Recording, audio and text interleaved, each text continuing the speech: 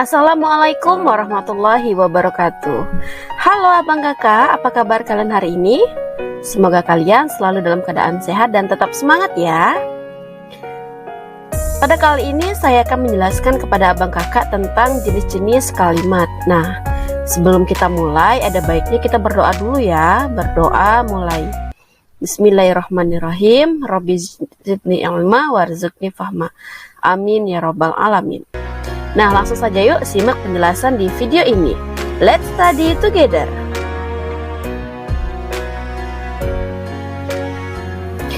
Pada video kali ini kita akan membahas beberapa pokok bahasan. Yang pertama adalah jenis kalimat berdasarkan bentuk, yang kedua jenis kalimat berdasarkan isi, yang ketiga jenis kalimat berdasarkan pengucapan, dan yang keempat jenis kalimat berdasarkan fungsi subjeknya. Nah, kira-kira apa sih jenis-jenis dari kalimat-kalimat ini, begitu kan? Nah, berikut ini adalah penjelasannya. Sebelum kita masuk pada jenis-jenis kalimat, kita harus tahu dulu nih pengertian dari kalimat. Nah, kira-kira pengertian kalimat apa ya? Nah, benar sekali. Kalimat merupakan kumpulan kata yang setidaknya terdiri atas subjek dan predikat. Jadi minimal dalam kalimat itu harus ada yang namanya subjek dan predikat. Kemudian di dalam kalimat juga ada unsur yang membentuknya, yaitu subjek, predikat, objek, keterangan, dan pelengkap. Kelima unsur tersebut yang membuat kalimat menjadi bermakna. Nah, jadi di dalam kalimat itu minimal harus memiliki subjek dan predikat. Nah, yang pertama ini adalah jenis kalimat berdasarkan bentuk. Jadi jika dilihat dari jenis kalimat berdasarkan bentuk, itu terbagi menjadi dua. Ada yang namanya kalimat tunggal dan ada yang namanya kalimat majemuk. Yang dimaksud dengan kalimat tunggal adalah kalimat yang terdiri atas satu klausa atau satu susunan struktur subjek dan predikat.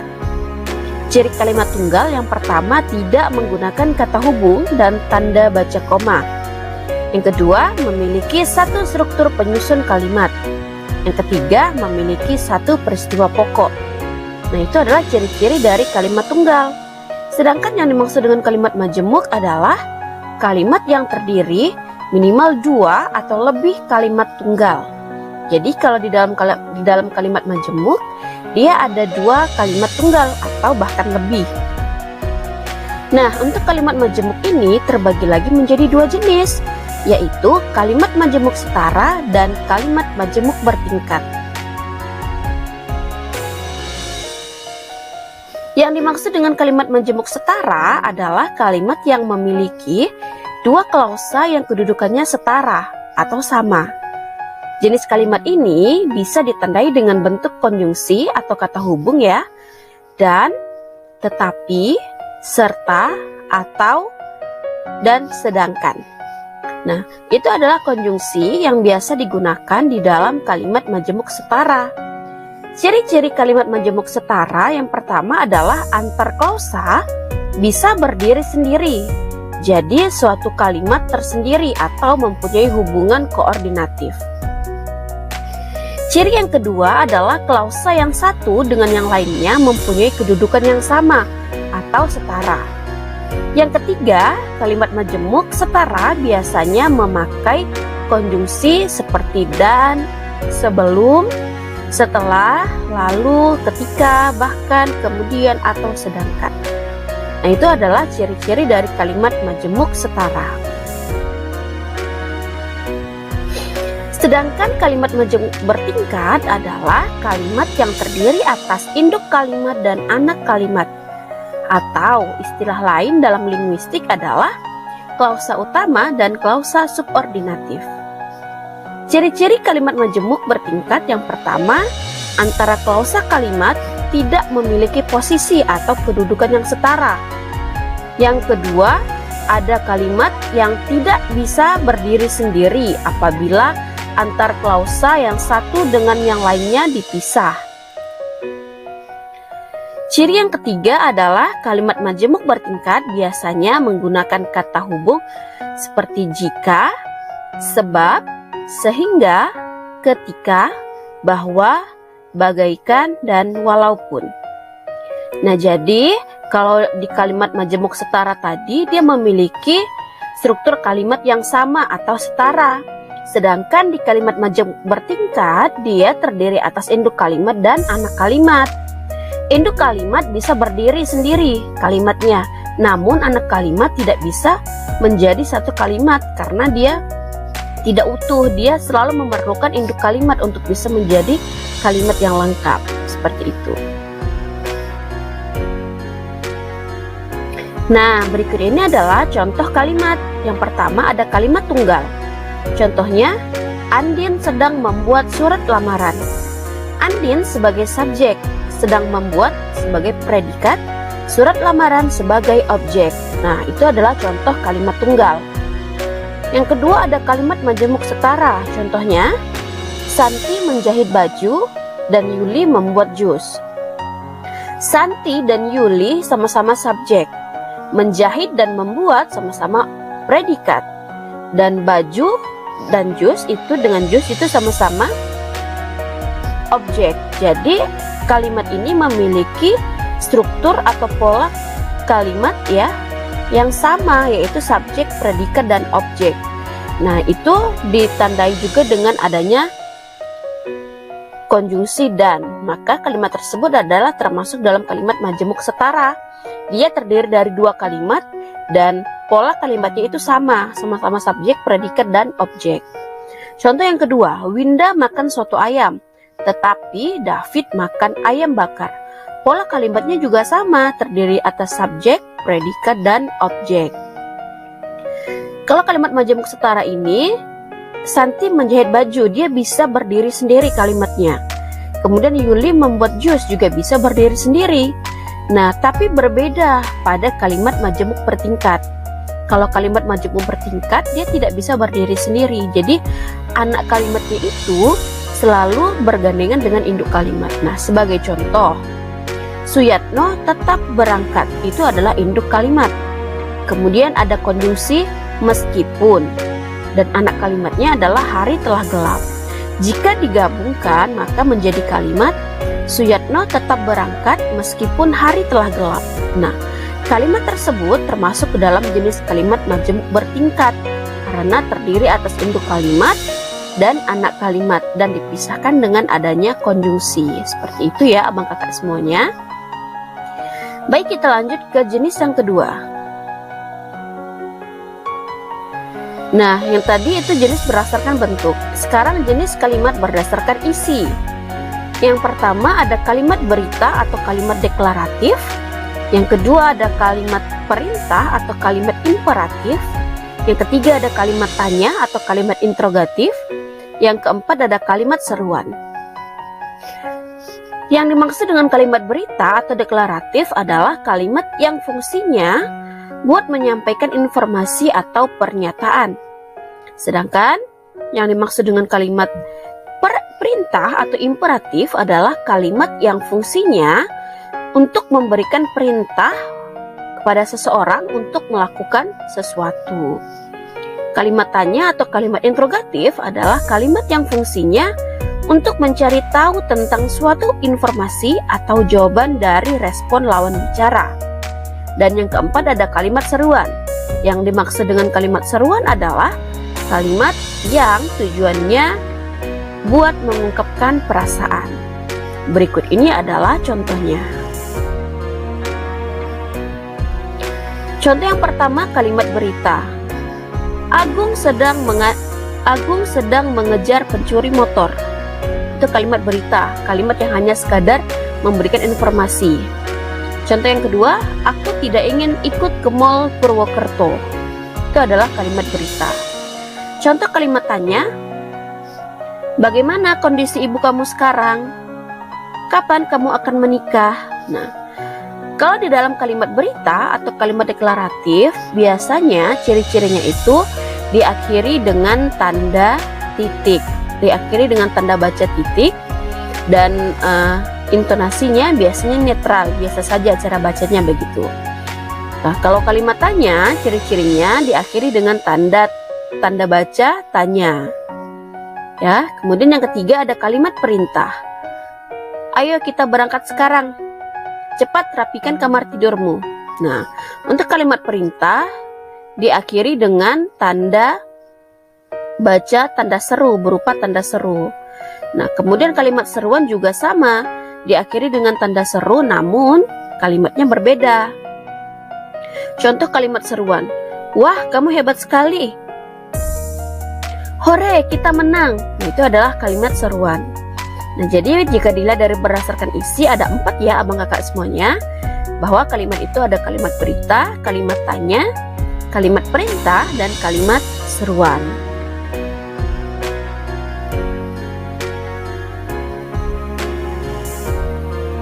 Selanjutnya jenis kalimat berdasarkan pengucapan.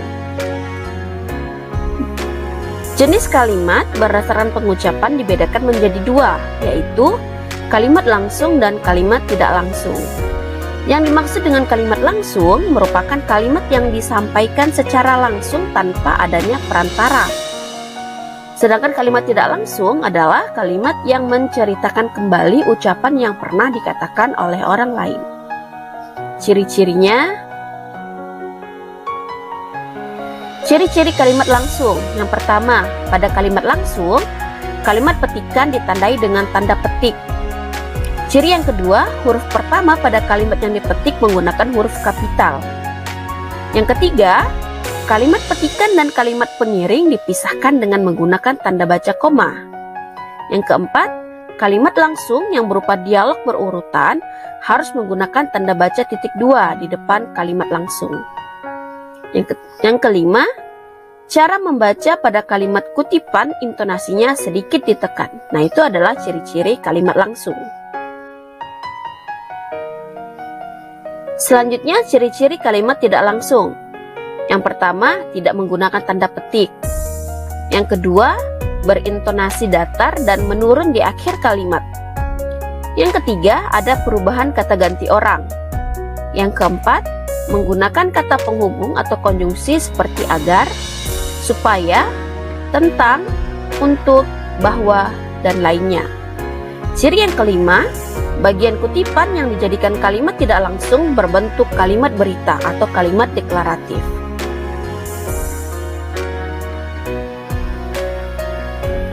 Berikut ini adalah contoh kalimatnya. Yang pertama, contoh kalimat langsung. Aku sangat bersyukur, katanya. Mudah-mudahan keluarga kamu akan selalu seperti ini. Contoh yang kedua. Tunggu, teriak penasihat raja. Lebih baik kita selidiki dulu masalahnya. Contoh yang ketiga. Apa kamu besok ingin aku antar ke bank? Tanya Olivia. Nah, kalimat yang seperti itu termasuk ke dalam contoh kalimat langsung. Sedangkan contoh kalimat tidak langsung, yang pertama, aku bertanya padanya tentang cara membuat kue lapis legit yang enak. Contoh yang kedua, paman bertanya padaku tentang keseharian dan nilai sekolah anaknya. Contoh yang ketiga, aku meminta Vian buat membelikanku sepatu model terbaru yang baru dipasarkan itu. Nah, kalimat seperti itu adalah contoh dari kalimat tidak langsung. Jadi di sini nih ada perbedaan ya antara kalimat langsung dan kalimat tidak langsung. Nah, bagaimana abang kakak? Sampai di sini mudah bukan untuk dipahami? Baik, kalau mudah kita langsung lanjut ke jenis kalimat berikutnya. Ini adalah jenis kalimat yang terakhir, ya kan? Ada 4 tadi. Nah, ini yang keempat, jenis kalimat berdasarkan fungsi subjeknya. Yang pertama ada yang namanya kalimat aktif. Nah, kalimat aktif merupakan kalimat yang unsur subjeknya melakukan tindakan. Ciri-ciri kalimat aktif yang pertama memiliki imbuhan me atau ber dan memiliki pola kalimat subjek, predikat, objek atau subjek, predikat, objek, dan keterangan. Contoh kalimat aktif. Jessica membeli buah-buahan. Alifa sedang makan di restoran. Nah, di sini seperti ciri-cirinya tadi yang disampaikan, bahwa di dalam kalimat aktif ini biasanya memiliki imbuhan me atau ber. Nah, itu tadi contohnya membeli, ya kan? Nah, jadi di sini adalah seakan-akan kita itu melakukan aktif begitu ya.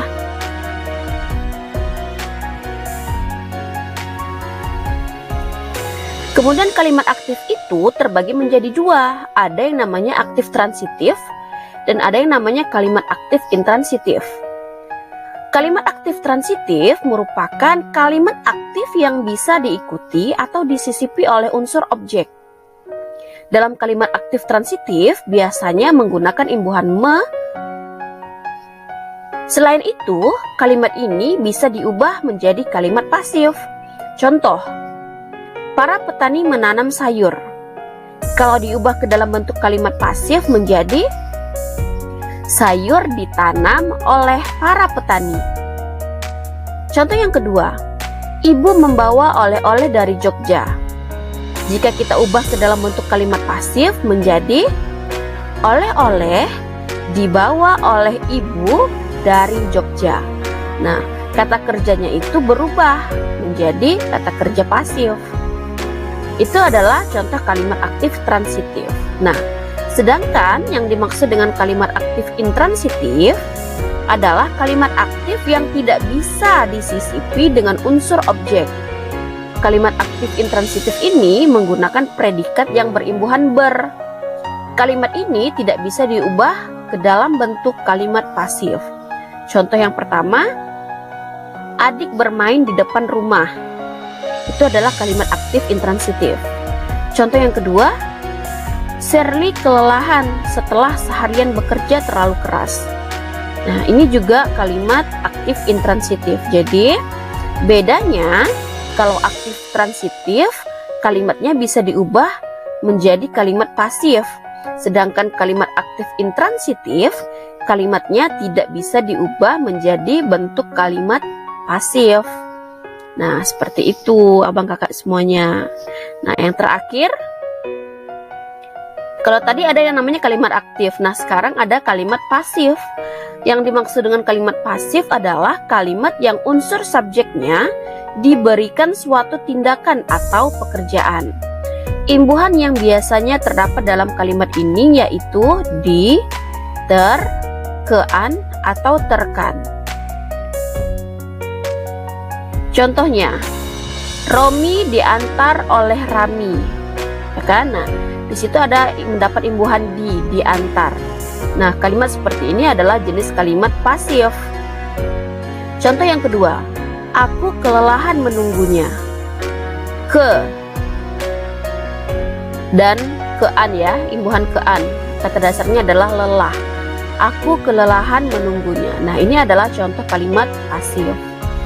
Nah, begitu abang kakak penjelasan mengenai jenis-jenis kalimat. Jadi, ada 4 tadi jenis-jenis kalimat ya. Nah, mudah-mudahan video kali ini bisa menambah pengetahuan untuk abang kakak tentang jenis-jenis kalimat. Bagi abang kakak yang masih pengen tahu lebih dalam lagi materi terkait tentang kalimat atau jenis-jenis kalimat ini, jika dari abang kakak masih ada yang belum paham, bisa ditanyakan di kolom komentar di kanal YouTube Elvina Edukasi. Terima kasih sudah menyaksikan video ini sampai habis, dan terima kasih juga untuk abang kakak yang terus support kanal YouTube Elvina Edukasi. Mudah-mudahan kanal YouTube ini dapat memberikan segala informasi dan pembelajaran yang beredukasi tentunya untuk abang kakak semuanya. Terima kasih saya ucapkan dan sampai bertemu di video selanjutnya. Wassalamualaikum warahmatullahi wabarakatuh.